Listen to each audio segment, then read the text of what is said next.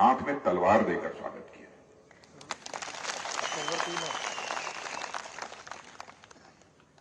लेकिन शिष्टाचार का तकाजा है कि स्वागत, अभिनंदन और सलाम दुआ कभी एक तरफा नहीं होना चाहिए। मैं भी अपनी तरफ से शीश झुकाकर आप सभी बहनों भाइयों का हार्दिक अभिनंदन करता हूं।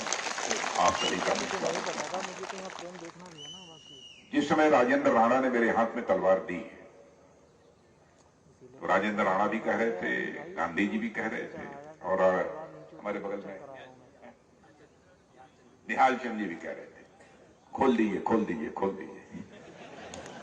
भाई मैंने कनेक्ट करके दिया था, इनका फ्रेम देना होता है, इनको पूरा का पूरा। तो मैंने कहा जनता के सामने तलवार मैं नहीं खोलूंगा।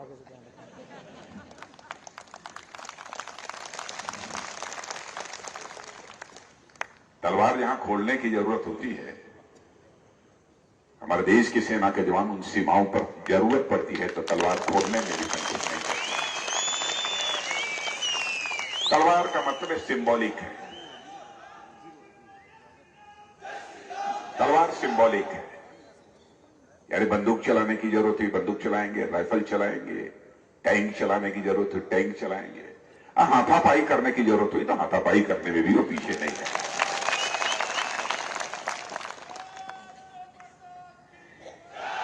इसीलिए मैंने तलवार खोला नहीं। लेकिन बहनों भाइयों, मैं यह अपील करने आया हूं कि हिमाचल प्रदेश का जहां तक प्रश्न है, यह सीमावर्ती राज्य है और आपका पड़ोसी देश कैसा है यह मुझे बतलाने की जरूरत नहीं है। सीमावर्ती राज्य में कभी भी कमजोर सरकार नहीं होनी चाहिए। सीमावर्ती राज्यों में राष्ट्रवादी सरकार होनी चाहिए और राष्ट्र की सुरक्षा के लिए चाहे कितना भी बड़ा जोखिम क्यों न उठाना पड़े, जोखिम उठाने की उसकी कलेजे में ताकत होनी चाहिए।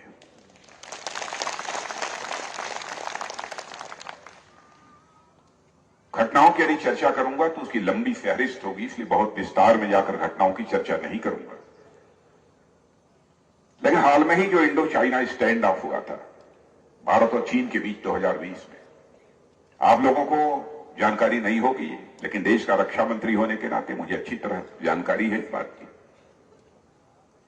कि बहनों भाइयों, जिस तरीके से हमारे सेना के जवानों ने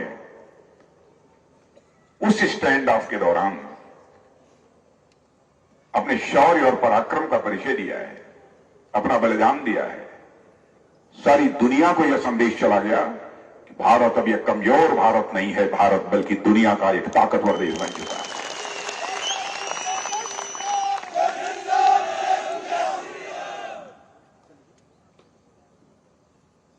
और हमारे हिमाचल प्रदेश के बहुत सारे जवान शामिल थे, क्योंकि समय समय पर मैं जवानों के बीच जाता रहता हूं, चाहे नॉर्थ ईस्ट का क्षेत्र हो, चाहे इधर का हो, लद्दाख का हो, लेह का हो। सीमाओं पर जाना यह हमारी रुचि है।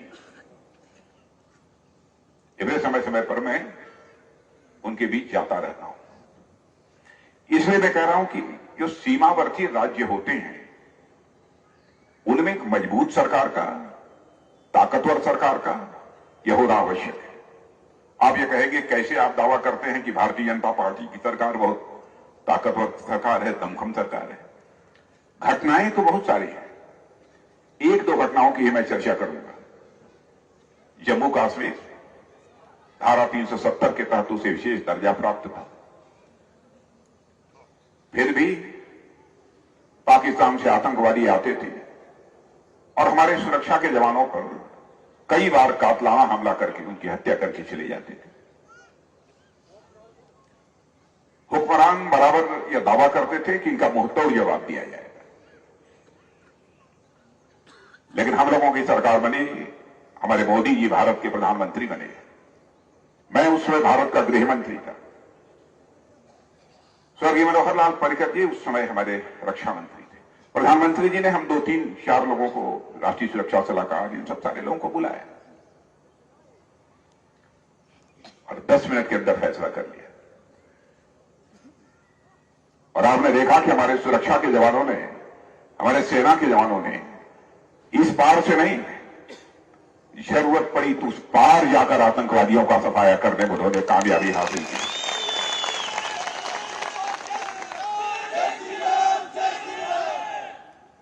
उन्होंने यह साफ संदेश दुनिया को दे दिया कि भारत तो कमजोर भारत नहीं है, हम केवल इस पार से ही नहीं मार सकते, जरूरत पड़ी तो हम उस पार भी जाकर मार सकते हैं। यह भारत के अंदर दमखम